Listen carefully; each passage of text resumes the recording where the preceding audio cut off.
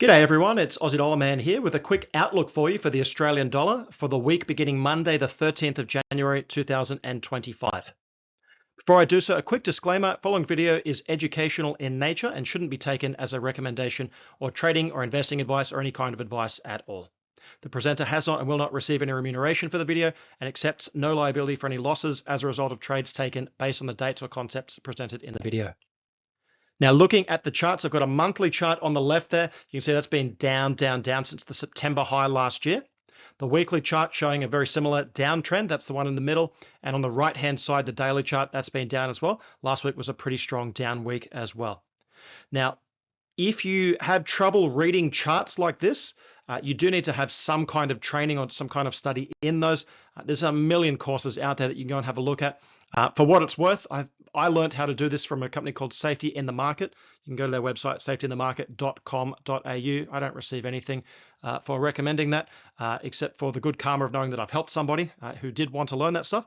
I believe that was the best place to go to learn that. Now, I did put out a video, if you've been following the channel, Australian dollar short-term forecast, where I covered 3 months worth of dates. So if you haven't watched that, you can check that out on the channel. In that video, my dates for January, you can see there, I had 3 January for a low. We had the extreme low on the 31st, and then on the 2nd, the market did start up, and then we had a top on the 6th, 7th of January, so I had that high there. The 15th January, I did earmark as a potential medium-term low on the Australian dollar, so obviously that would be Wednesday. So I am looking for some kind of low to form on the Australian dollar this week. Keep in mind these dates are just a starting point, they're not the be-all and the end-all. I also, since I put that video out, I suspect I may possibly have missed an inversion around this point. So if, for example, the 21st of January would then come in as a low, it would mean that the rest of the dates, they all stay the same, they all stay valid, but the polarity flips. So 29 January, for example, would become a high. But we'll see what happens there. 15 January is my strongest date for this week. Obviously, that's coming up on Wednesday. Now, if you follow the news, or if you don't follow the news, you can have a look. Forexfactory.com/calendar is a great site that I do use.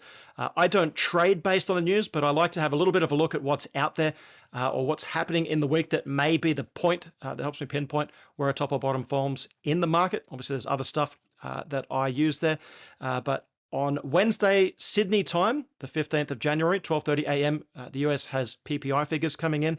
And then on Thursday, the 16th, at 12:30 a.m., the US CPI numbers come in. Now, that's probably going to be the more important one.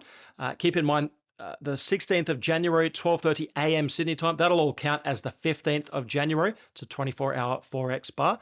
And that's probably the bigger news there. Coming in there on either the 15th or, as you can see, around 11:30 a.m. on the 16th, you've got the Australian dollar employment change and unemployment rate. So that's probably the, if we haven't turned by then, there's a very good chance I think that we'll turn there on the 15th, 16th of January. And I think we will see a little bit of a rally. Now, there's lots of support, lots of old support, which is going to act as old resistance on the way up. So I'm a little bit cautious of that, but I do think that we are due for a bit of a rally. Friday night around the 17th, or Thursday night rather on the 16th, there is more US dollar data with retail, core retail sales month on month and retail sales month on month and unemployment claims. So a little bit happening there. There's a few places just to watch, but again, I would value swing charting and form reading of markets over the news any day of the week.